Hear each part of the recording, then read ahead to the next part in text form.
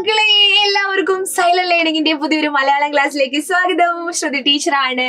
അപ്പൊ എന്റെ മക്കള് പുതിയതായിട്ട് വീഡിയോ കാണുന്നവർ പെട്ടെന്ന് പോയിട്ടൊന്ന് സബ്സ്ക്രൈബ് ചെയ്യുക. അതുപോലെ വാട്സപ്പ് കമ്മ്യൂണിറ്റി ഗ്രൂപ്പിൽ ജോയിൻ ആവാത്തവര് ആരെങ്കിലും ഉണ്ടെങ്കിൽ പെട്ടെന്ന് പോയിട്ട് ജോയിൻ ചെയ്തു കേട്ടോ. നമ്മുടെ ലിങ്ക് ഡിസ്ക്രിപ്ഷൻ ബോക്സിൽ ഉണ്ടാവും, അല്ലെങ്കിൽ ഫസ്റ്റ് കമന്റ് ആയിട്ട് പിൻ ചെയ്ത് വെച്ചിട്ടുണ്ടാവും. ഓക്കെ, ഇതെന്തിനു വേണ്ടിട്ടാ? നമ്മുടെ നോട്ട്സ് ഒക്കെ മക്കളിലേക്ക് എത്താൻ വേണ്ടിയിട്ടാണല്ലേ. ഇല്ലെങ്കിൽ നോട്ട്സ് ഒന്നും കുഞ്ഞുങ്ങൾക്ക് കിട്ടൂല അല്ലെ. അപ്പൊ ടീച്ചർ ഇന്ന് പറയാൻ പോകുന്നത് നമ്മുടെ അടിസ്ഥാന പാഠാവലിയിലെ രണ്ടാമത്തെ യൂണിറ്റ് ഇല്ലായിരുന്നോ? തേങ്ങ എന്ന് പറയുന്ന പാഠത്തിന്റെ ഒരു ആസ്വാദനക്കുറിപ്പ്. പരീക്ഷയ്ക്കും ചോദിക്കും അല്ലെ. എന്താണ് ചോദിക്കുക? തേങ്ങ എന്ന് പറയുന്ന കഥയ്ക്ക് ഒരു ആസ്വാദനക്കുറിപ്പ് തയ്യാറാക്കുക എന്ന് പറഞ്ഞാൽ നിങ്ങൾ എന്ത് ചെയ്യണം? നമുക്കറിയാം, അക്കമ്മയുടെ കഥയാണ്. ടീച്ചർ അത് വിശദമായിട്ട് പറഞ്ഞതാണ്. അപ്പൊ ഈ വീഡിയോയിലൂടെ ടീച്ചർ അതിന്റെ ഒരു ആസ്വാദനക്കുറിപ്പ് നിങ്ങൾക്ക് വേണ്ടി തയ്യാറാക്കിയിട്ടുണ്ട്. ഏതാണ് കഥ? തേങ്ങ. ആരെഴുതിയതാണ്? പി വത്സല അല്ലേ. അപ്പൊ നമുക്കൊന്ന് പറഞ്ഞു നോക്കിയല്ലോ. മലയാളത്തിന്റെ പ്രിയ എഴുത്തുകാരി പി വത്സലയുടെ വളരെ മനോഹരമായ കഥയാണ് തേങ്ങ.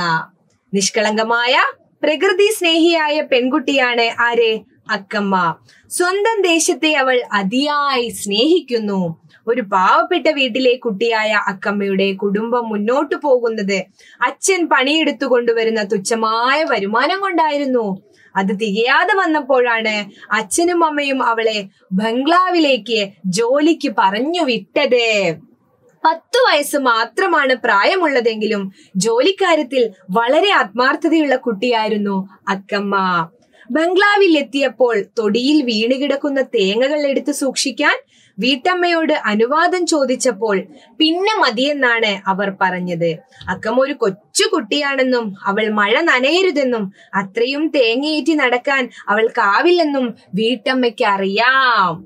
എന്നിട്ടും തേങ്ങ സൂക്ഷിച്ച് സംഭരിച്ച ആ കുഞ്ഞു മനസ്സിന്റെ നന്മ കണ്ട് വീട്ടമ്മ അവളെ മാറോടണച്ചു. അവൾ തന്റെ മക്കളെ പോലെ അക്കമ്മയെയും ലാളനകളാൽ വീർപ്പ് മുട്ടിച്ചു. വീട്ടമ്മയിലെ മാതൃഹൃദയത്തെ ഇവിടെ നമുക്ക് തൊട്ടറിയാം. അത് ടീച്ചർ അവിടെ ഒന്ന് എഴുതിയത് കണ്ടോ? വീട്ടമ്മയിലെ മാതൃഹൃദയത്തെ ഇവിടെ നമുക്ക് തൊട്ടറിയാം.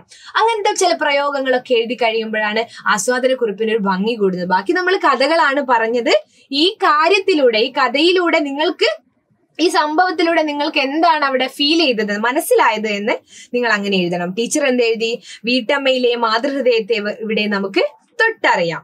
തെങ്ങുകളും തേങ്ങകളും പ്രകൃതിയുടെ വരദാനങ്ങളാണ്.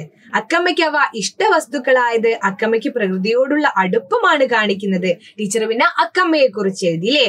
കരയുന്ന മഴയും ചുവന്നു കലങ്ങിയ വെയിലും കണ്ണീരുണങ്ങിയ നീർച്ചാലും അവൾക്ക് പ്രിയങ്കരങ്ങളാണ്.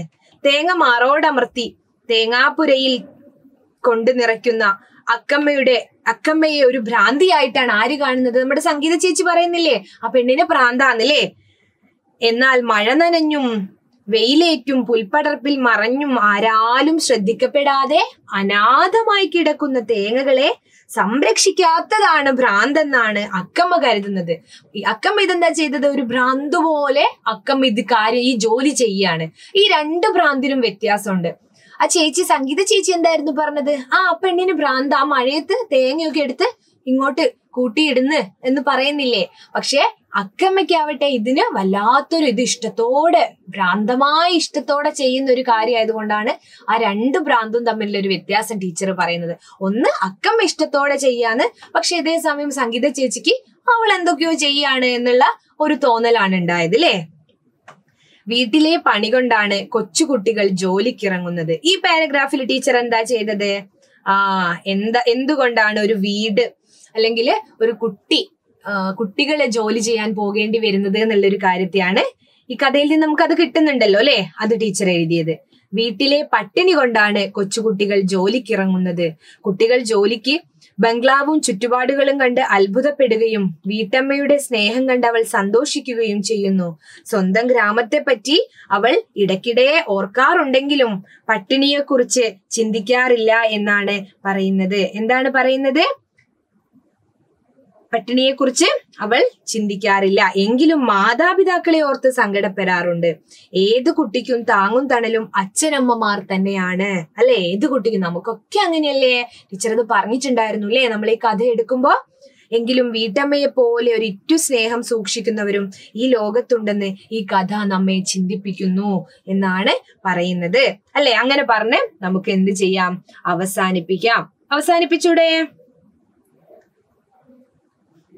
കൊച്ചുകുട്ടികൾ ജോലിക്കിറങ്ങുന്നത്. ഓക്കെ, 2 തവണ അത് ആവർത്തിച്ചതുകൊണ്ടാട്ടോ, അത് വേണ്ട. അപ്പൊ മക്കൾ എന്ത് ചെയ്യണം? ഈ കഥ എങ്ങനെയായിരുന്നു എന്ന് നമ്മൾ അടിപൊളിയായിട്ട് പറഞ്ഞു വെച്ചിട്ടുണ്ട്. എവിടെ? നമ്മുടെ ലൈവില്.